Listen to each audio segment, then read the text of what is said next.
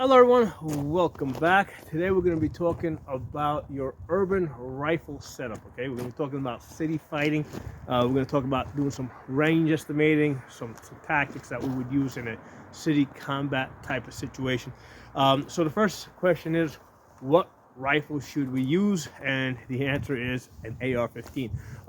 Why an AR-15? Because that gives us the ability to do close quarter fighting very well, and also some distance shooting. Okay, so in a city, obviously you might get involved in some room-to-room fighting, but if you consider the way cities are laid out, right, in a grid format, when you're looking down a street, you can see quite a distance. Okay, in some cases, you might be able to see 1,000 yards or more. In some cases, even 2,000 yards.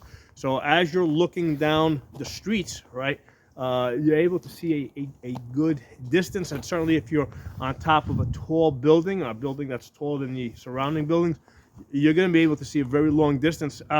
No matter what rifle you have, right, if you're on a tall enough building, you will be able to see a lot further than your rifle is capable of shooting, right? So even if you got like a 50 cal, right, you get on a tall enough building where you can see a couple of miles out, the rifle's not going to be able to, or you're not going to be able to accurately use that rifle to hit what you want to hit. So all rifles have limitations, and basically we have to work within the limitations of the rifle, and we have to also work with our own physical limitations as far as, how much can we carry, how quickly can we move with certain things. Okay, so these are going to become really important things. So that's why my default is an AR-15. Now, for certain specialized roles, yes, we can use something more powerful, absolutely. But the default the default rifle, I think, is going to be an AR-15.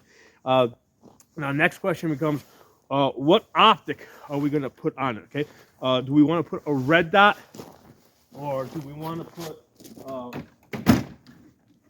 some type of a variable scope? Okay, we definitely, if we're going to use a variable scope, we definitely want something that will go all the way down to 1 power, for that room-to-room fighting that we might find ourselves in.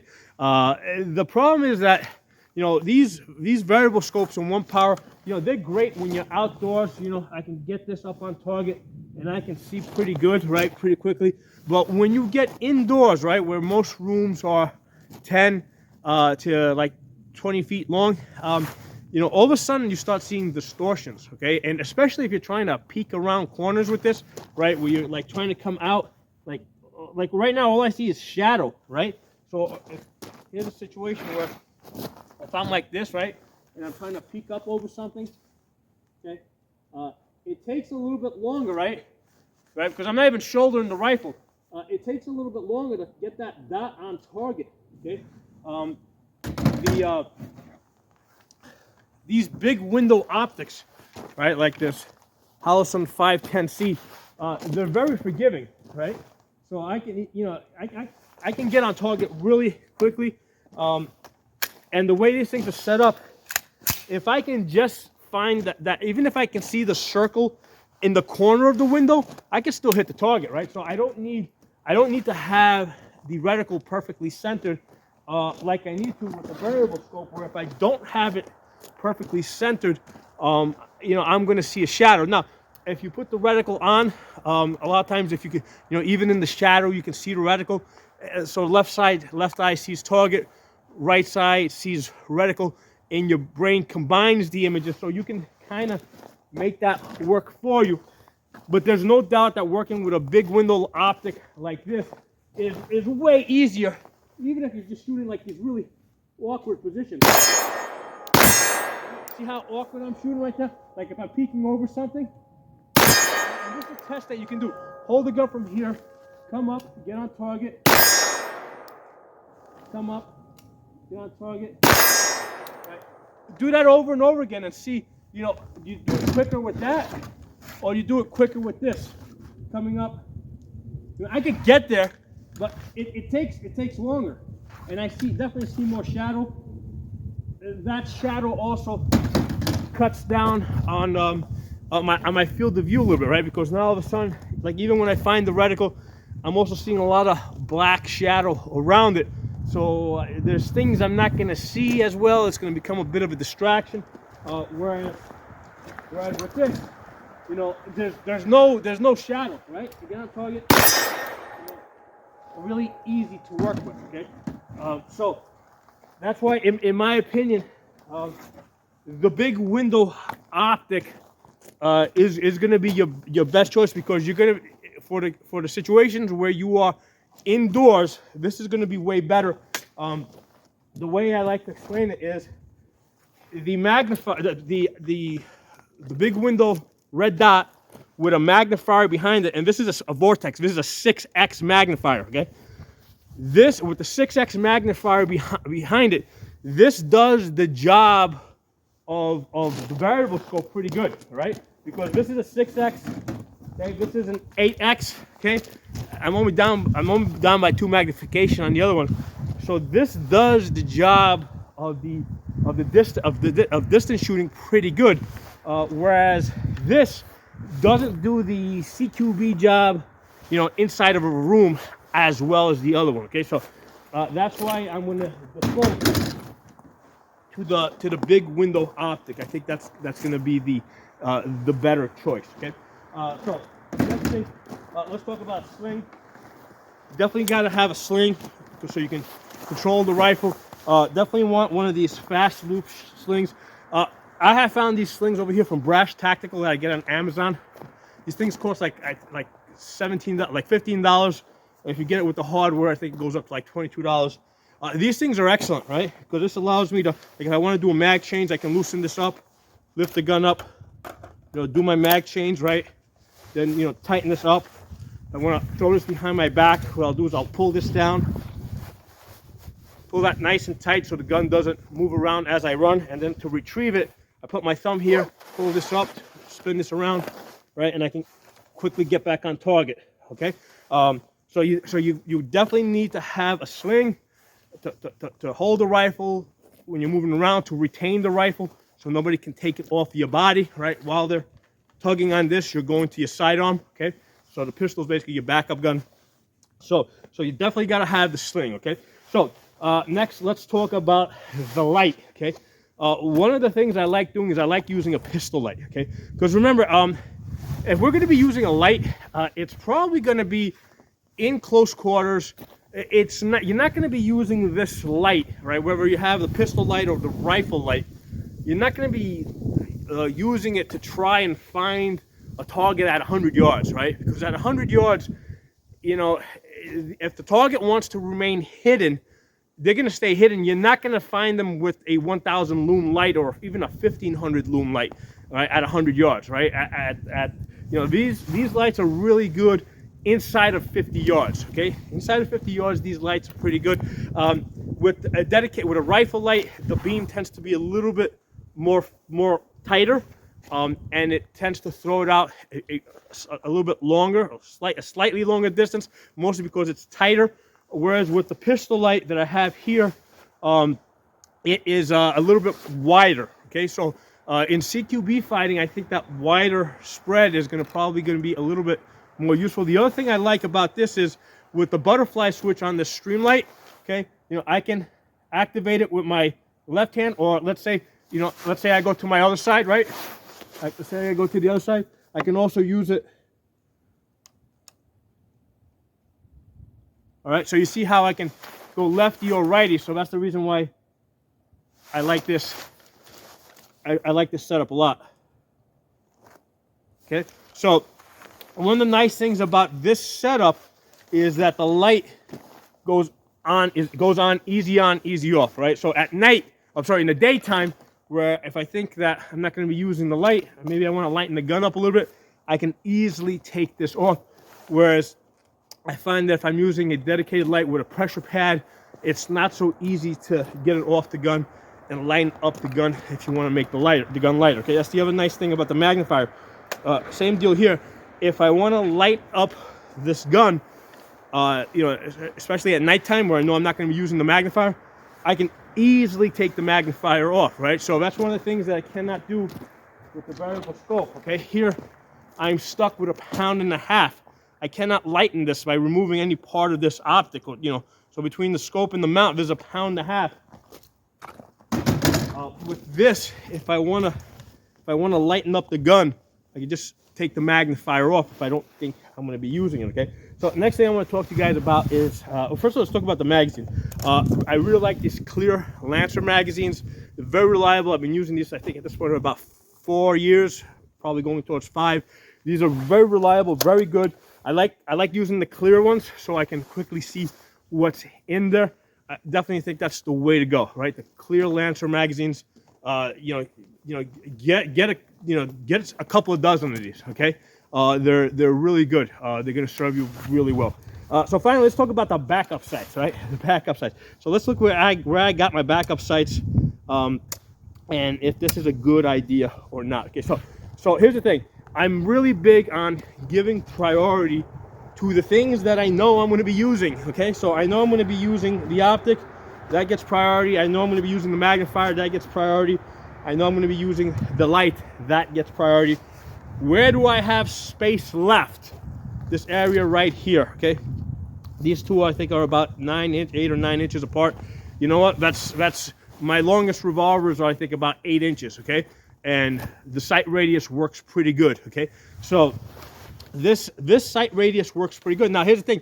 You're not married to this, right? So ideally, if you want to have some extra batteries, right? Even though this optic is solar powered with battery backup, you want to have some extra batteries, okay? So what happens if, all right, you're down to let's say you're in an extended conflict, and you're down to your last battery, and your battery starts doing, your reticle starts doing the blinky blinky, right? It's doing blinky blinky, telling you that the battery is going to be dying soon, okay? So what do I do now? What am I going to do then? Well, number one, get this thing off, right? Because obviously, if the battery dies in your reticle, the magnifier behind it is going to be useless, right? So once that is done, okay, take this off, take this rear flip-up sight off, and move it to the back. It's that easy, right? Just move this to the back. And the nice thing is that since since I still have some power in my red dot here, I can use the dot to check my zero if I need to make an adjustment, which I normally don't. Okay, I just threw these optics on here, right? Because these iron sights on here, because sometimes these iron sights move from rifle to rifle. I just threw them on there, and I pretty much used the same optics on all my ARs. So just by moving it there, I look through it, and it's already zeroed, right? When I look through here, my dot and my iron sights have a very almost a perfect co-witness. Okay, so what I find is if I take this and move it to the back, I usually don't even have to make an adjustment. It's usually right on. So I could take this, move this to the back, tighten it down. Okay, the other thing I can do is I can switch these two, right? If I can move this up a little bit, move this back, if I think that's what I'm going to do. And again, there's usually almost no adjustment that I need to make. It's usually pretty accurate. Again, you're co-witnessing to your red dot, right? So that's an easy adjustment that you can make without even without having to even fire any shots. I mean, yeah, if you want to really fine tune it, you got to fire some shots. But usually, I find that I can get on target pretty easy. Now, let's talk about the distance here, because a lot of times people make a really big deal about, oh my God, the sight radius is not enough. Let's look at this other gun here, right? Now on this gun over here, this is a 10-inch barrel over here, right? So same setup, magnifier on the back, right? That's a 6X. My big window optic, 510 House on 510C. Light in the front, again, because these three things I know I'm going to be using. I know I'm going to be using the optic, the magnifier, and the light over there. So I got my, look at that, that's about 3 inches apart over here, right? 3 inches apart. Now, there's two ways to look at this, okay? The first way is that, you know what, this is just a place for me to carry these two things, okay? Rather than have these in my pocket or my backpack or something, where, hey, what if I have it in my backpack and I lose my backpack? Might as well just carry it right on the gun, right? So one way to look at this is just a way to carry it Just throw it on there temporarily. And later on, if you start seeing that your optic is dying, then you can get busy with moving these things around. So let me do this for a second. Let me just take this thing off. All right, and I'm gonna do this for you guys. Let me even take this off so you guys got a better view. We're gonna do a little test now. I've already done the test. I know what the result's gonna be. And what I'm gonna do is I'm going to, let me see if I can get behind the camera. Okay, let me see if you guys can see there's the reticle, right? You guys can see the reticle. But what I'm gonna do is I'm just gonna power this down.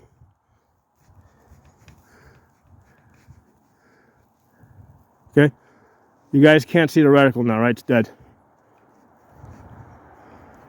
All right, no reticle, no reticle. Let me just come up here and confirm. Am I dead yet? I can't see as well behind the camera as you guys. So I have no red dot, right? That's dead. I've powered this down so I can't see it. All I have is these iron sights that are 3.5 inches apart. Can I hit the target over there? Okay.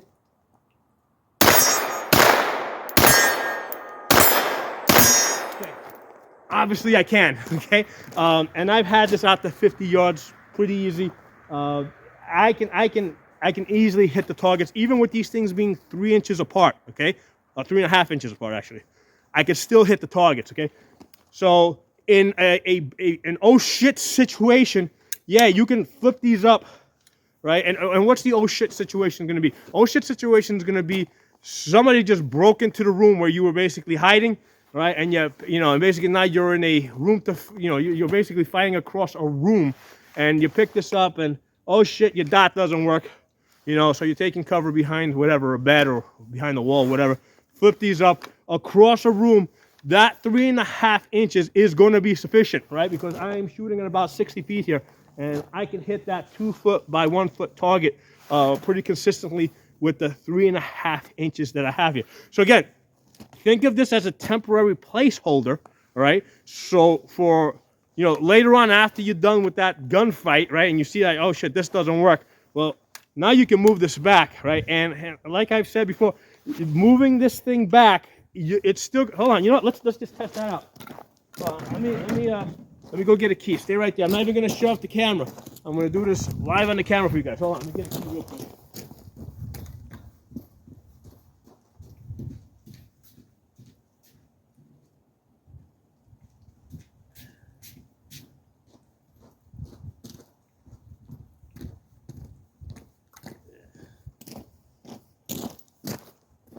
Do I have any ammo in here? Yeah, I got some ammo still. All right, so let's move this back a little bit now. All right, make sure our safety's on. Safety's on. Keep this pointed away from our head.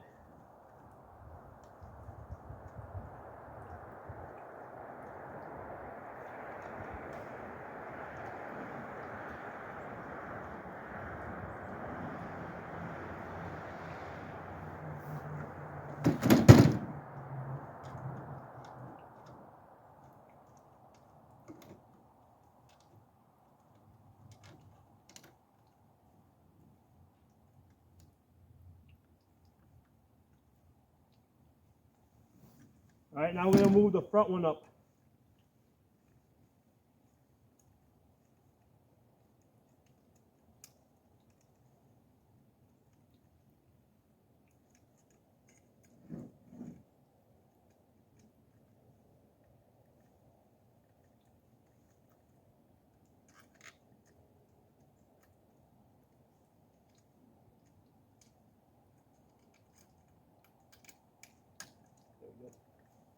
All right, so we just had a room-to-room gunfight. We saw that the optic did stop working. We were able to use that 3.5 inch space to be able to hit the target. So now I just spread these things out. Let's see if moving this it changed my changed the point of aim significantly on this.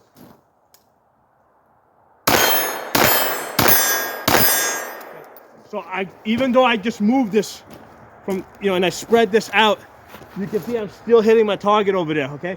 So moving these things a little bit doesn't significantly change your aim. Now, yeah, Would I like to test out a little bit further, maybe to 100 yards? You know, make sure I got, or 50 yards, right? Make sure I got a good 50 yards still. Sure, first opportunity, I'll do that. But it did not change that much. You know, I'll be fine until I get the time to do that, okay? So, so this is my ideal urban fighting rifle setup, right? Sling, a clear magazine, right, and an AR-15 that shoots 5.56. A big dot, big window optic, right, like this Holosun 510C. Magnifier here. This can be a, this is a 3X, but I also have a 6X on the table. Right, definitely got to have a magnifier because some of this fight in cities, we can see a lot further than we can see here in the woods, right? Here, in most cases, I can't see past 100 yards unless I clear out a path of trees. In the cities, you come out into a street and pretty much you will be able to see 1,000 yards or more, okay? So we got the big window optic, magnifier, a light that goes quickly on and off, okay? And then wherever you have space on your gun, you know, put your flip-up sights. Now, can you, I don't know, try to move this up a little bit? Yes, you could, right? I could, because this is pretty big, I could slide this up a little bit, slide this up. But I find that I get into eye relief issues because with the magnifier, my face has to be in the right position so I can see. If I move my head further back, I start seeing shadow, okay? So this is the right position so I can basically just get up on there, right, and not see a shadow. So that takes priority, right? The things that I know I'm going to use take priority, right? The things that I might use, you know, they end up here somewhere, right? Where I can always fix that later on. Let's put this down for a second. Let me take my earmuffs off because we're not going to be doing any more shooting. These are electronics. Just turn the power off. Okay. Let's talk.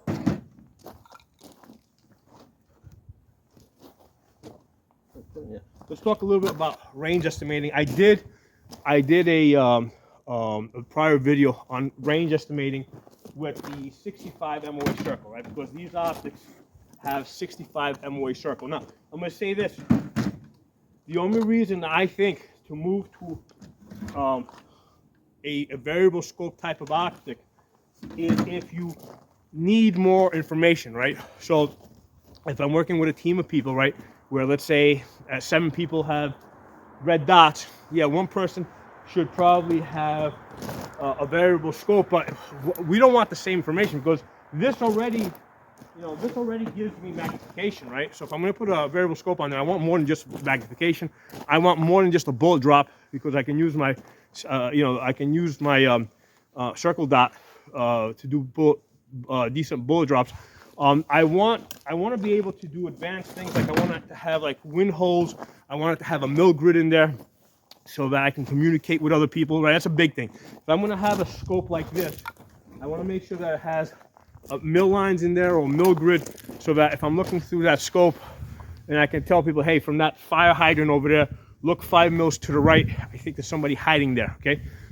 So that's the only reason why I would want to use a scope like this, which is a really good reason to use it, all right? But that's for a situation where I think I'm working with 8 people and I want, let's say, 2 people that maybe have 2 of these scopes. Everybody else gets just the red dots with the magnifiers. Okay, so if you're gonna upgrade to something like this, it has to be for a reason, with a purpose, right? You have to be able to get some additional benefit out of it. So let's talk about range estimating with the circle dot, okay? So I went out to the city, I went actually to New York City with an optic like that and a rangefinder, and I was able to collect some really good data. Okay, so let me make sure that I'm decently behind the camera so you guys can see it. Let me get a little bit closer. That looks like it's a good spot right there so you guys can see it. So one of the great things to use for range estimating in a city is cars, passenger cars, because they're everywhere. Like there are millions of them. Right? Even if a nuclear bomb falls in the city, there'll be burnt out cars everywhere, right? So the average size of a passenger car is 15 feet by 6 feet, right? 15 feet long by 6 feet wide, okay? So we can use that to range estimate, okay? So when you're looking at your 65 MOA circle, at 200 yards, right? When you line up the back bumper here and the front bumper and the front, when you line up the back bumper here, the front of the car is going to extend up to the circle or slightly past it at 200 yards. Okay, so if the passenger car takes up your entire circle, your target's at 200 yards. That's point of aim, point of impact. You put with a 50-yard zero, put the dot on your target, pull the trigger. So you might not be shooting at the car. You might be shooting at the bad guy next to the car, right? So the car's going to take up the whole circle. At 300 yards, it's going to come up to there, right? So that's about 75% of your circle. That's at 300 yards, okay? Lengthwise, okay? At 400 yards, it's going to come just outside of your dot. So that's about 60% of your circle. At 500 yards, it's going to come on the inside of the dot.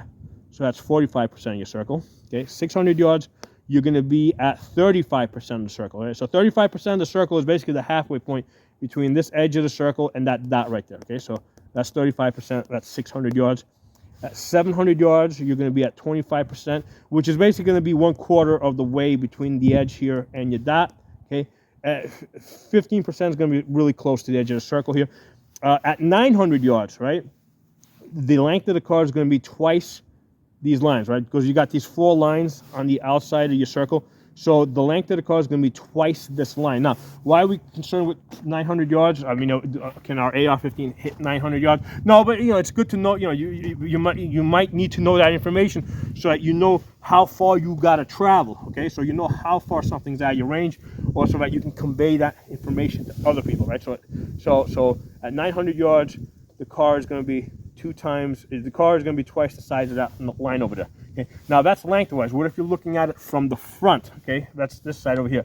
So side over here was 15 feet. Front is 6 feet wide, which also is very close to the height of a man. Okay, so this information is also going to apply to a man that's standing up. So the length, so from one end of the bumper to the other, right? We're looking at the front of the car. At 200 yards, the bumper is going to extend. When you put one side of the bumper here, the other side is going to extend, basically right up to the dot here, maybe just a little bit past it. Okay. Now, if you're looking at a man, you just turn it this way, right? So at 200 yards, your man's going to stand from here, basically to your dot up here, right? Right. So at that's 200 yards. At 300 yards, he's going to basically be at 35%, right? So he's going to be about 3/4 of the way between the edge and the dot, okay, or 35% of the entire circle. All right, so that's over here, right? You can see this. You'll see plenty of white between, between here and the dot. Okay, at 400 yards, that's going to be at the 25% point over here. All right, so that's going to be the halfway point. 25% here is going to be the halfway point between the edge and the dot. Okay, so the one end of the bumper goes there. Other end is going to come there at the 25%. That's 400 yards. Okay, where are we at 500 yards? Okay, the bumper is going to, from end to end, is going to equal that line. Right, so that line over there, it's going to be equal to it. Okay, now if a man standing is going to be also equal to this line over here. So his feet are going to go there, his head's going to go up there. So that's a really easy way to range estimate using this circle dot. I covered holdovers. Okay, so with an AR-15 using a 50-yard zero at 200 yards, point of aim, point of impact. At 300 yards, basically you're putting it in the face, right? You put it in the face so that the bullets will drop down to the chest. At 400 yards, you're putting the dot on top of the head, right? So you're sitting on top of his head. That'll drop the bullets into the chest. And at 500 yards, you cut the man in half and you take that distance, hold it over his head, and that should drop the bullets into the chest. Obviously, at 500 yards, with this type of a dot and this magnification, you're pretty much doing suppression fire. Okay. Now, let's talk a little bit about city tactics. I'm going to do a more detailed video in the future. Oh, before I move on to the city tactics, if you're looking at the car diagonally, right? So let's say the car is situated diagonally. So when you measure it, right? So let's say it measures diagonally at the 400-yard mark over here, right? Which is just outside of the dot, but you can see it's diagonal. Well, then you just drop back one, so you would drop the 500 yards. So a diagonal car that fits in here at 400 yards, you drop it back to 500. Okay, so that's all you. So if you're looking at a car diagonally at 300 yards and it fits completely in there, well, because it's diagonal, then you drop back to 400 yards. Okay, so that's how you measure the car diagonally. You just drop back one. So let's talk about some urban fighting tactics. Okay, so basically, if you look at these boxes down here, this is kind of like the way that city blocks are organized, right? So these are your streets over here, right? Your avenues and your streets. Well, one of the things that I was studying, right, because I was in the city studying these things, if you're standing over here, right, let's say I'm at this house over here, it might only be about 50 to 75 yards looking right across at the house right across from you. But if you look out diagonally, okay, you can, now this depends on the size of the city blocks. The one that I was looking at had very short blocks, right? So from here, the next block over, the corner was at 150 yards, okay, right? And then from that same position, right, this is like from the door, looking over, looking sideways, okay? The next block over after that was 300 yards, okay, right? Then diagonally from there, looking over, that was at 400 yards. And then from there, looking diagonally, I was actually able to get to 500 yards and measure this with a rangefinder, so I know that it was accurate. So looking diagonally, on most, even on some narrow streets, you can see out to like 500 yards diagonally. Okay, so that's why you need the magnification. You want to be able to look out. You can now if there's trees and stuff along the way, yeah, that's going to cut down your vision. On some of these blocks that had lots of trees along the edge, yeah, the most I could see was maybe 100 yards. So it depends on how many trees you got when you're looking diagonally. Now, as far as with keeping that in mind, now, if you're working with other people, right? So if let's say I'm in this house over here, all right, and then I got a person over here. Well, we each we can cover a lot of distance, right? Because so the way I would set this up is because I could set myself up here, so I'm covering this direction. The guy from across the street here is covering the other direction. So we get a lot of coverage like that. We can see out to 500 yards.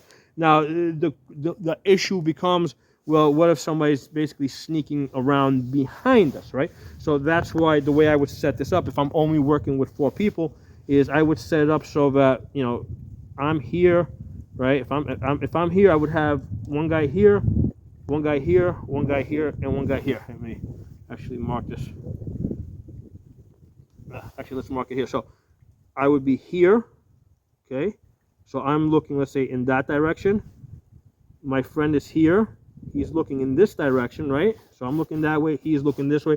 Now, as far as other people coming, the way I would set it up is another person sitting back here covering these 2 directions, and then another person over here covering these 2 directions. So that would prevent somebody trying to come around, right? So that's how I would set it up. Now, it's not perfect, right? But let's say if I had more people, right, then the next thing I would do is I would put somebody here in the middle of the block, one person here, one person here. So with a total of, let's say 1, 2, 3, 4 at the minimal, 4 people at the minimal, right? Then 5, 6, 7, 8, right? We can with 8 people, we can almost cover these 2 blocks completely in all directions, right? Now, mind you, you're covering this from a hidden position. You're inside of a window, further back, so that you can't be seen, right? Or maybe at the edge of the window in the dark, because obviously if people know where you are, they can target you, right? But with 8 people, and of course now we're talking about a situation where the city is pretty much abandoned, right? Because otherwise, how are you gonna get your 8 friends to occupy all these positions? So this is kind of like a Fallujah type of situation where you're the defender, right? So that's how I would set it up. I would basically, if you can control 2 full city blocks, right? We'll do it over here on this side here, so it's clear, and set it up so that you got 1 person, 2, 3, 4, and then 1, 2, 3, 4, right? So this guy here, these 2 guys here cover these directions, okay? These guys here cover these directions. This guy covers there, that guy covers there, that guy covers there, that guy covers there. So that would give you coverage in all directions if somebody tries to come around. So something for you guys to consider. So let me see if I can get this in the camera, so if you guys are interested, you can take a screenshot of this, particularly the information on the top. You would want to screenshot that. And I did another video. I did another video where you know, where I covered that in more detail. But I wanted to go over it again just because I think it's useful. All right, so I hope you guys enjoyed this video. Drop some comments below. You know, share the video. Try to spread this information around. If you're not a member of the channel, subscribe, and I'll talk to you all soon. But drop some comments below because it definitely helps feed the algorithm and you know, try to spread this information out there.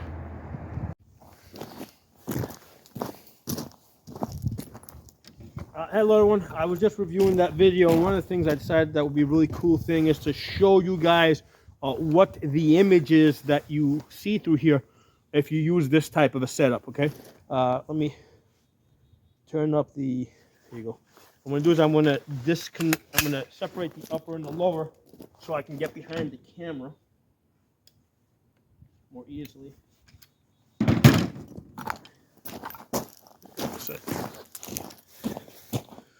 So with the flip up sights down, right? So one of the questions that sometimes comes up is if you choose to put the pistol light up here, does this obstruct your view? To me, this basically looks like an A2 post, right? If I had a fixed front sight post, that's how that appears to me. So the nice thing with this is you can easily take this off.